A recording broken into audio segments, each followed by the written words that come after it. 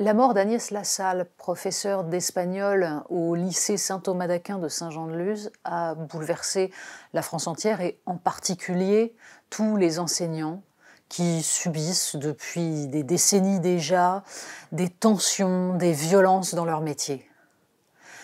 Évidemment, la brutalité du geste, la façon dont la scène s'est déroulée, le jeune garçon auteur des faits ayant agi devant ses camarades de classe, tout est là pour laisser une forme de sidération. Mais bien entendu, il faut attendre les éléments précis de l'enquête pour pouvoir juger et pour savoir exactement ce qui s'est passé. Or, ce n'est visiblement pas ce qui s'est passé. Les politiques sont sommés, du fait des réseaux sociaux, de la rapidité de l'information, de s'exprimer. Et dans ces cas-là, on voit que cela peut donner absolument le pire. Quand on entend Éric Ciotti demander un durcissement de la justice des mineurs, quand on entend Marine Le Pen parler d'une preuve de l'ensauvagement de la société, on est assez effaré. Parce qu'en fait, qu'il y ait un ensauvagement de la société, ça se débat. Il y a en effet, pour les professeurs, une augmentation des violences et des violences quotidiennes qui est totalement insupportable et passée sous silence. Mais en l'occurrence, les premiers éléments de l'enquête laissent plutôt penser, en particulier avec ce symptôme des voix qu'aurait entendu ce garçon, qu'il s'agit là d'un cas de schizophrénie. L'adolescence est le moment où se déclenche ce genre de pathologie. Parfois, le cannabis est un élément déclencheur. Était-ce le cas? Ne l'était-ce pas? Peu importe. Y avait-il des signes avant-coureurs? C'est l'enquête qui va le déterminer. C'est tout cela qu'il faudra établir.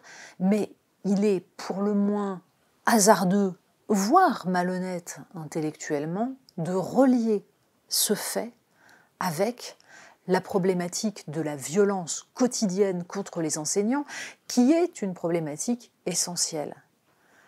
Au contraire, le drame de Saint-Jean-de-Luz se rattache plutôt à la faiblesse de la psychiatrie en France, le manque parfois de culture sur la maladie mentale des Français en général, et qui n'aide pas à détecter les premiers signes avant-coureurs. C'est là-dessus qu'il faudrait travailler. Les professeurs sont évidemment en première ligne, puisqu'ils sont confrontés, bien plus que le reste de la population, à de très nombreux adolescents, c'est-à-dire à des jeunes qui peuvent être en souffrance, et qui, c'est un cas rarissime, mais c'est un fait, qui peuvent être dangereux. Mais des schizophrènes passant à l'acte, cela arrive, et cela arrive ailleurs que dans les établissements scolaires, hélas. Il faut tout faire pour prévenir au maximum.